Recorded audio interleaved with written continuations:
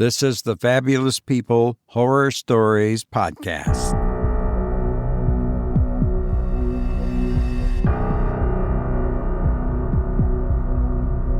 Welcome, you fabulous person. I'm delighted you're here.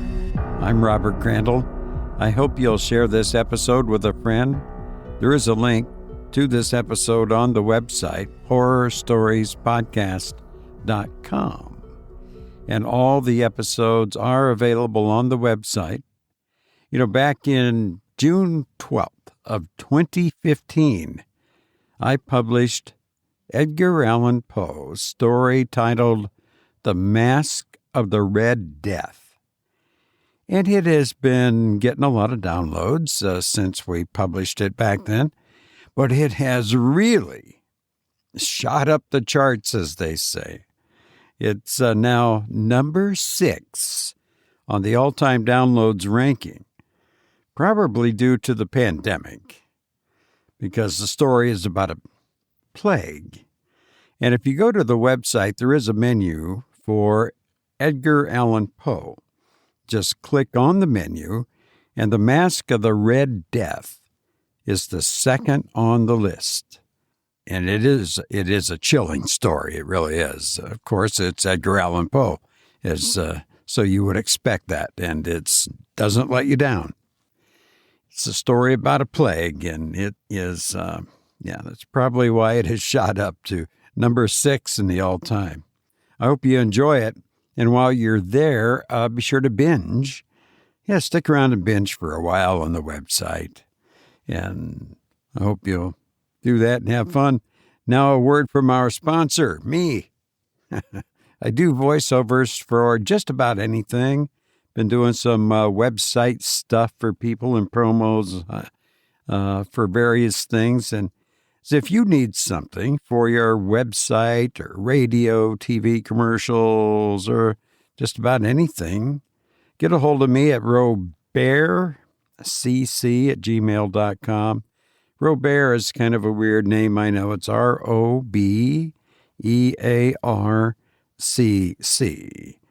You know, when you're trying to figure out a name for an email or something, there are every combination of Robert or Bob or Rob or any are just about exhausted. And so that one came up, and people have called me Robert for all my life, among other things, and some other things we don't want to talk about. But anyway, get a hold of me at robertcc@gmail.com. And you can send me anything. If you comment on the show or whatever, be sure your comments are always welcome. And now, for our feature story. In this story, a man goes on vacation, and the only room available in the hotel is one with 2 beds. Believe me, you'll never look at any bed again in the same way you do now. I hope you enjoy The Other Bed by E.F. Benson.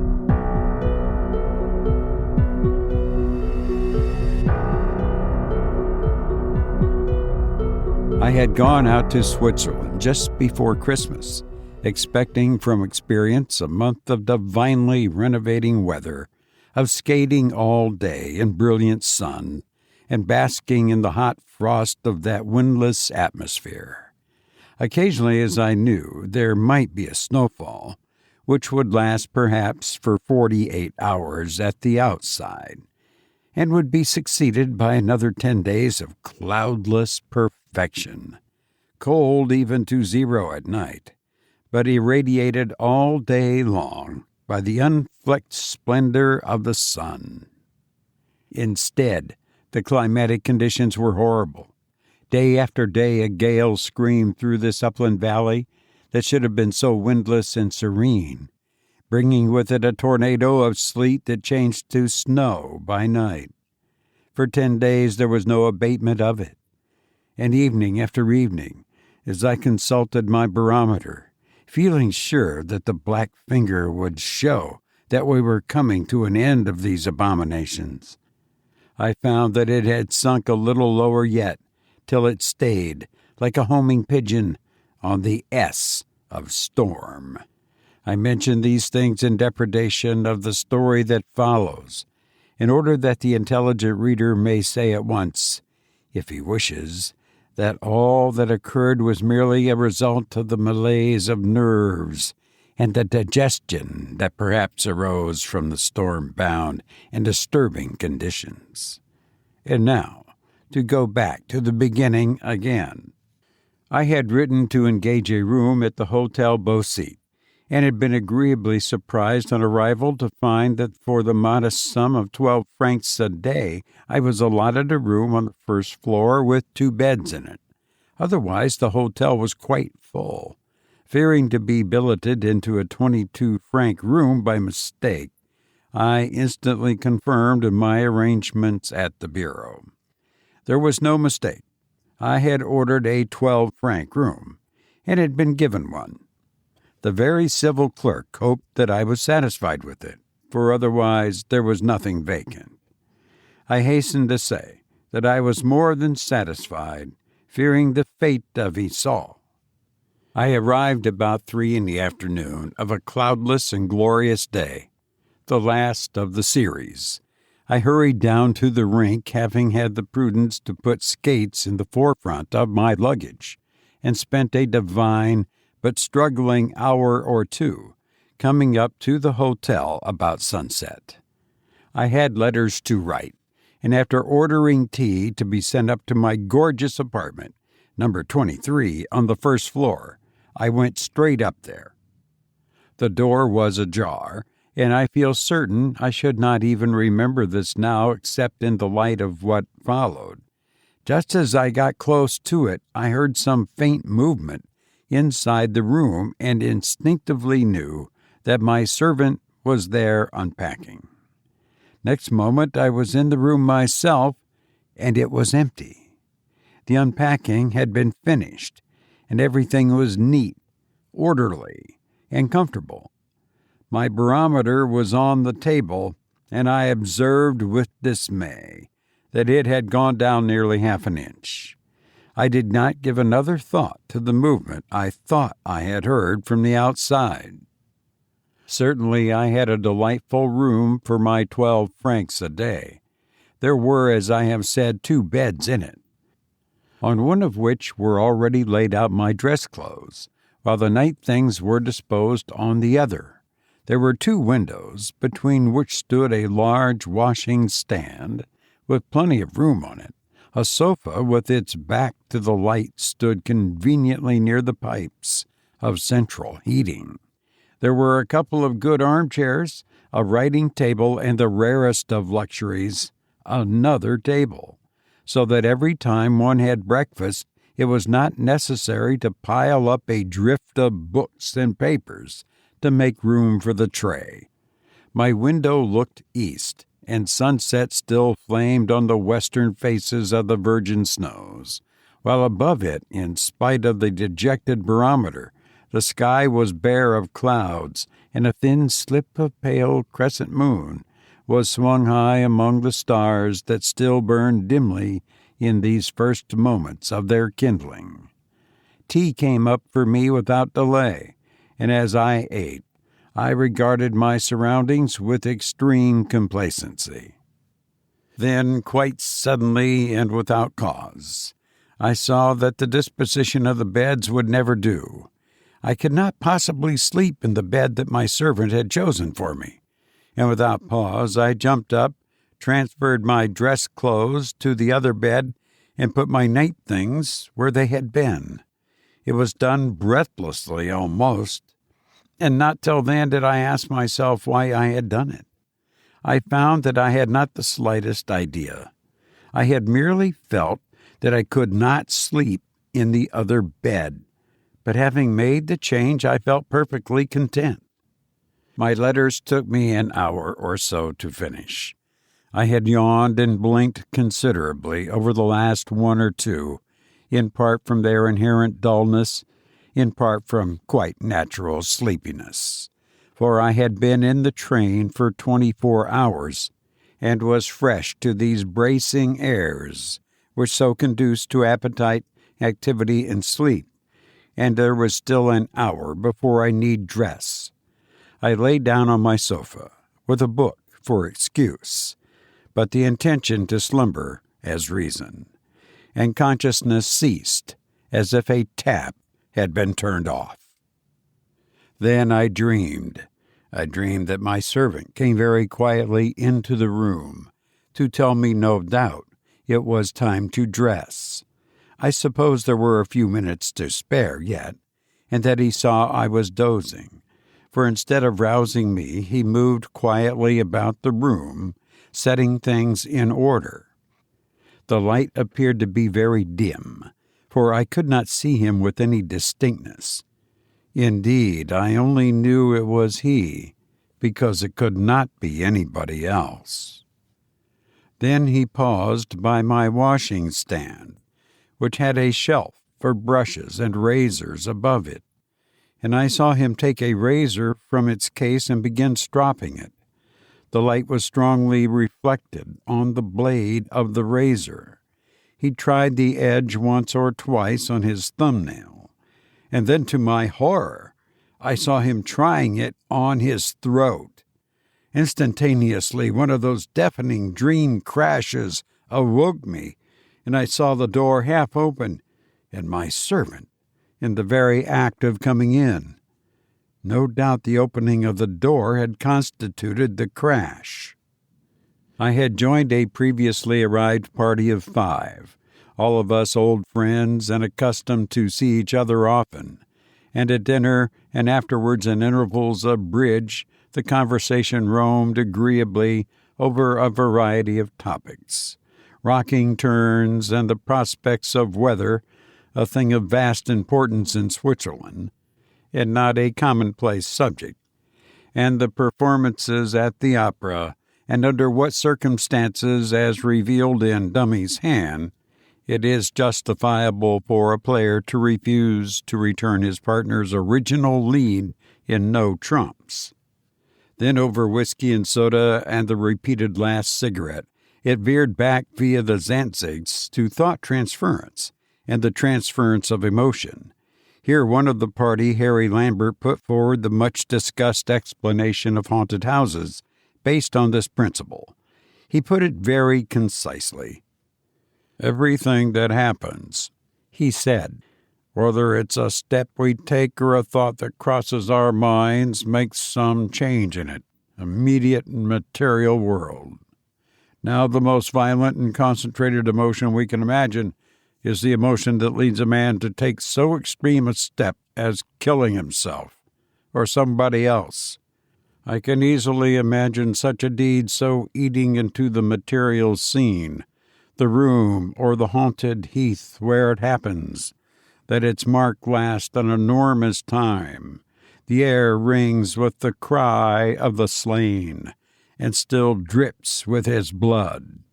It is not everybody who will perceive it, but sensitives will. By the way, I'm sure that man who waits on us at dinner is a sensitive." It was already late, and I rose. "Let us hurry him to the scene of a crime," I said. For myself, I shall hurry to the scene of sleep. Outside, the threatening promise of the barometer was already finding fulfillment, and a cold, ugly wind was complaining among the pines and hooting around the peaks, and snow had begun to fall. The night was thickly overcast, and it seemed as if uneasy presences were going to and fro in the darkness. But there was no use of ill augury, and certainly if we were to be housebound for a few days, I was lucky in having so commodious a lodging. I had plenty to occupy myself with indoors, though I should vastly have preferred to be engaged outside, and in the immediate present how good it was to lie free in a proper bed after a cramped night in the train. I was half undressed when there came a tap at my door, and the waiter who had served us at dinner came in carrying a bottle of whiskey. He was a tall young fellow, and though I had not noticed him at dinner, I saw at once, as he stood in the glare of the electric light, what Harry had meant when he said he was sure he was a sensitive. There is no mistaking that look. It is exhibited in a peculiar in-looking of the eye. Those eyes, one knows, see further than the surface. "The bottle of whiskey for monsieur," he said, putting it down on the table. "But I ordered no whiskey," said I. He looked puzzled. "Number 23, he said. Then he glanced at the other bed. "Ah, for the other gentleman, without doubt," he said. "But there is no other gentleman," said I. "I am alone here." He took up the bottle again. "Pardon, monsieur," he said. "There must be a mistake. I am new here. I only came today. But I thought—" "Yes," said I. "I thought that number 23 had ordered a bottle of whiskey," he repeated. "Good night, monsieur, and pardon." I got into bed, extinguished the light, and feeling very sleepy and heavy with the oppression, no doubt, of the snow that was coming, expected to fall asleep at once. Instead, my mind would not quite go to roost, but kept sleepily stumbling about among the little events of the day, as some tired pedestrian in the dark stumbles over stones instead of lifting his feet. And as I got sleepier, it seemed to me that my mind kept moving in a tiny little circle. At one moment it drowsily recollected how I had thought I had heard movement inside my room. At the next it remembered my dream of some figure going stealthily about and stropping a razor. At a third it wondered why this Swiss waiter, with the eyes of a sensitive, thought that number 23 had ordered a bottle of whiskey. But at the time I made no guess as to any coherence between these little isolated facts. I only dwelt on them with drowsy persistence. Then a fourth fact came to join the sleepy circle, and I wondered why I had felt a repugnance against using the other bed. But there was no explanation of this forthcoming either, and the outlines of thought grew more blurred and hazy until I lost consciousness altogether. Next morning began the series of awful days in sleet and snow, falling relentlessly with gusts of chilly wind, making any outdoor amusement next to impossible. The snow was too soft for tobogganing, it balled on the skis, and as for the rink, it was but a series of pools of slushy snow. This in itself, of course, was quite enough to account for any ordinary depression and heaviness of spirit, but all the time I felt there was something more than that to which I owed the utter blackness that hung over those days. I was beset, too, by fear that at first was only vague, but which gradually became more definite until it resolved itself into a fear of number 23, and in particular a terror of the other bed. I had no notion of why or how I was afraid of it. The thing was perfectly causeless, but the shape and the outline of it grew slowly clearer, as detail after detail of ordinary life, each minute and trivial in itself, carved and molded this fear till it became definite. Yet the whole thing was so causeless and childish that I could speak to no one of it. I could but assure myself that it was all a figment of nerves disordered by this unseemly weather. However, as to the details, there were plenty of them. Once I woke up from a strangling nightmare, unable at first to move, but in a panic of terror, believing that I was sleeping in the other bed. More than once, too, awakening before I was called, and getting out of bed to look at the aspect of the morning, I saw with a sense of dreadful misgiving that the bedclothes on the other bed were strangely disarranged, as if someone had slept there and smoothed them down afterwards, but not so well as to not give notice of the occupation. So one night I laid a trap, so to speak, for the intruder, for which the real object was to calm my own nervousness, for I still told myself that I was frightened of nothing, and tucked in the sheet very carefully, laying the pillow on top of it.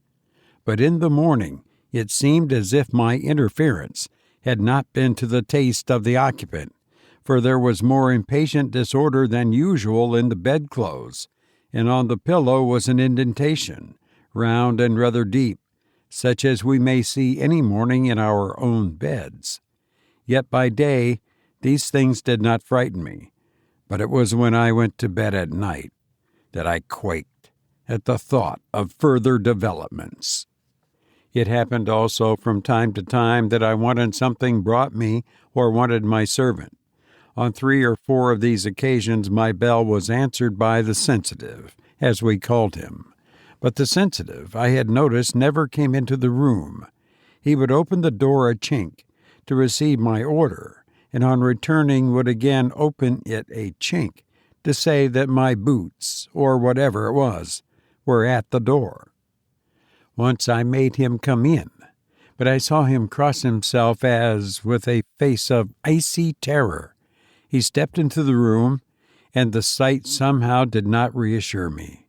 Twice also he came up in the evening, when I had not rung at all, even as he came up the first night, and opened the door a chink to say that my bottle of whiskey was outside. But the poor fellow was in a state of such bewilderment when I went out and told him that I had not ordered whiskey, that I did not press for an explanation. He begged my pardon profusely. He thought a bottle of whiskey had been ordered for number 23. It was his mistake entirely. I should not be charged for it. It must have been the other gentleman. Pardon again. He remembered there was no other gentleman. The other bed was unoccupied. It was on the night when this happened for the second time that I definitely began to wish that I, too, was quite certain that the other bed was unoccupied. The 10 days of snow and sleet were at an end, and tonight the moon once more, grown from a mere slip to a shining shield, swung serenely among the stars. But though at dinner every one exhibited an extraordinary change of spirit, with the rising of the barometer and the discharge of this huge snowfall, the intolerable gloom which had been mine so long but deepened and blackened. The fear was to me now like some statue nearly finished, modeled by the carving hands of these details, and though it still stood below its moistened sheet, any moment I felt the sheet might be twitched away, and I be confronted with it. Twice that evening I started to go to the bureau, to ask to have a bed made up for me anywhere, in the billiard room or the smoking room, since the hotel was full. But the intolerable childishness of the proceeding revolted me.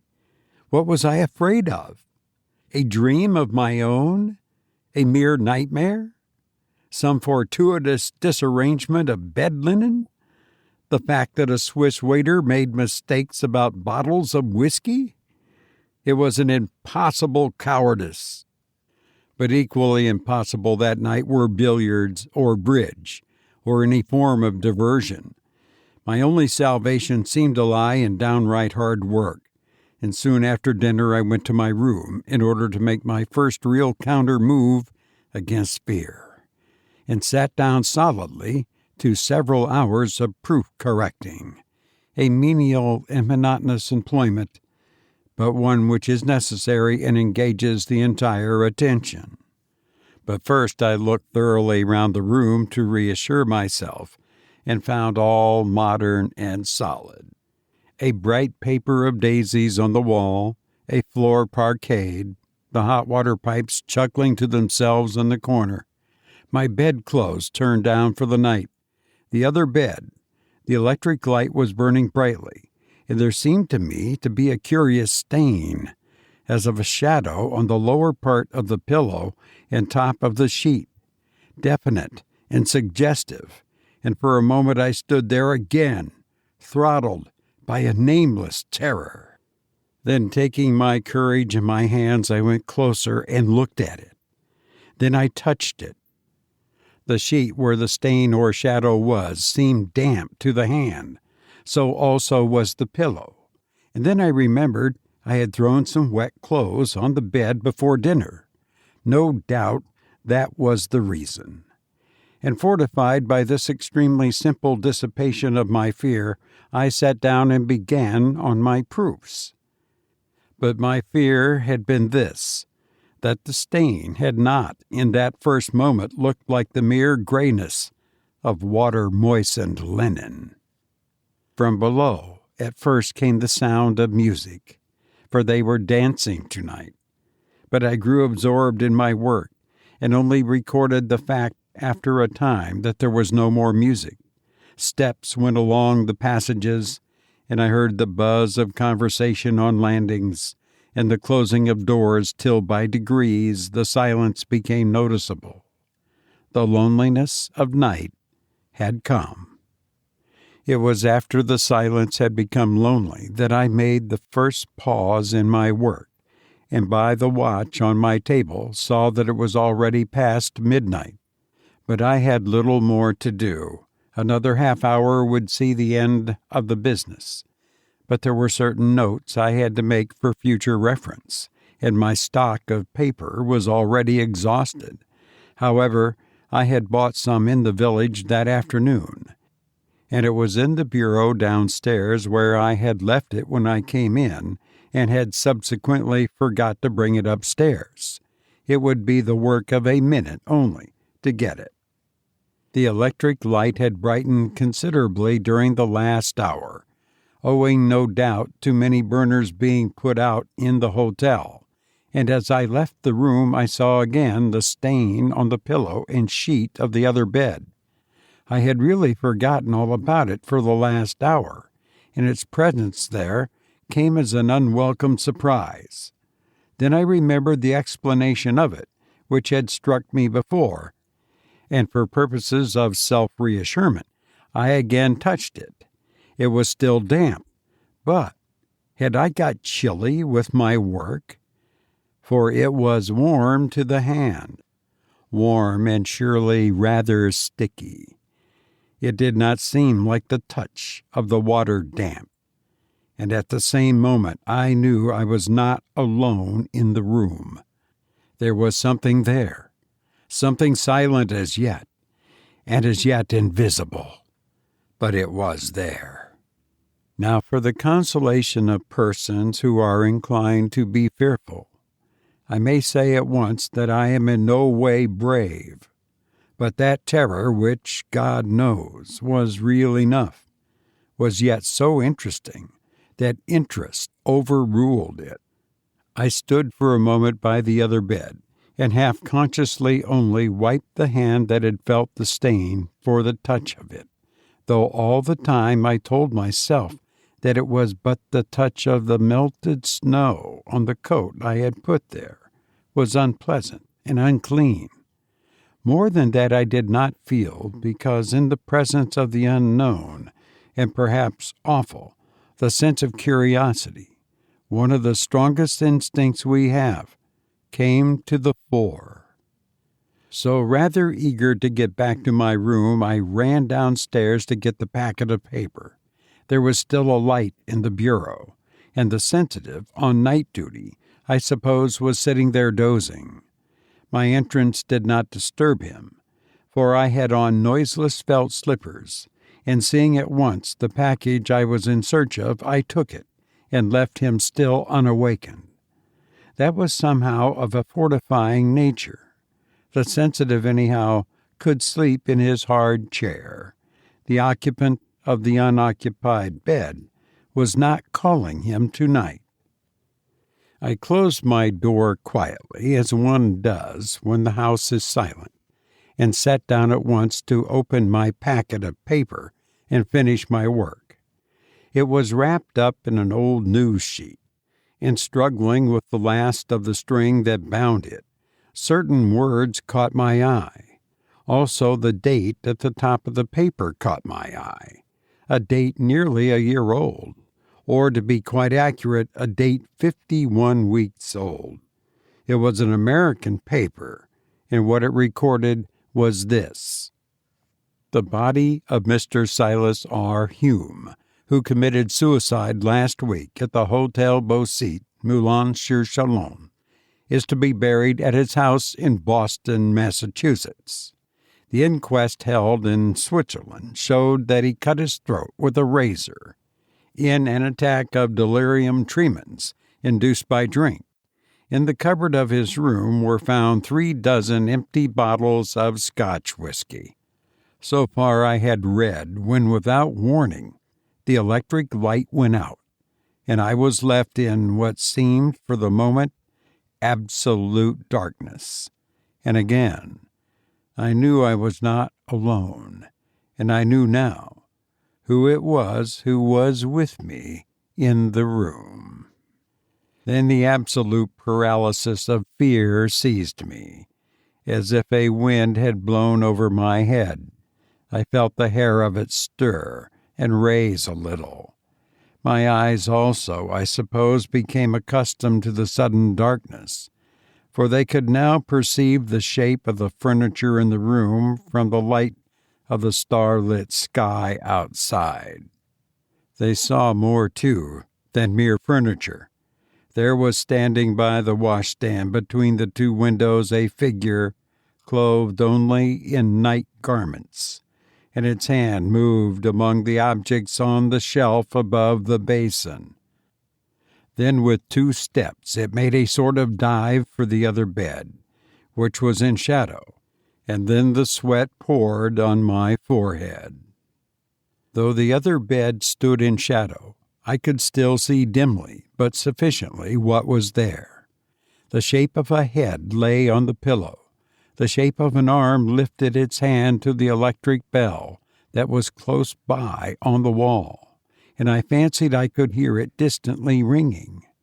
Then a moment later came hurrying feet up the stairs and along the passage outside, and a quick rapping at my door. "Monsieur's whiskey! Monsieur's whiskey!" said a voice just outside. "Pardon, monsieur, I brought it as quickly as I could." The impotent paralysis of cold terror was still on me. Once I tried to speak and failed, and still the gentle tapping went on at the door, and the voice telling someone that his whiskey was there. Then at a second attempt I heard a voice, which was mine, saying hoarsely, "For God's sakes, come in. I'm alone with it."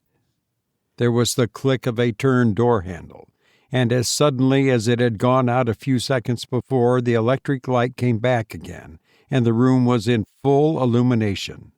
I saw a face peer round the corner of the door, but it was another face. I looked, the face of a man, sallow and shrunken, who lay in the other bed, staring at me with glazed eyes. He lay high in bed, and his throat was cut from ear to ear, and the lower part of the pillow was soaked in blood, and the sheet streamed with it. Then suddenly that hideous vision vanished, and there was only a sleepy-eyed waiter looking into the room. But below the sleepiness terror was awake, and his voice shook when he spoke. "Monsieur rang?" he asked. No, Monsieur had not rung, but Monsieur made himself a couch in the billiard room. You've been listening to The Other Bed by E.F. Benson. George Bernard Shaw once said, "All great truths begin as blasphemies." I've enjoyed being with you, and now I must go, but I look forward to being with you again soon.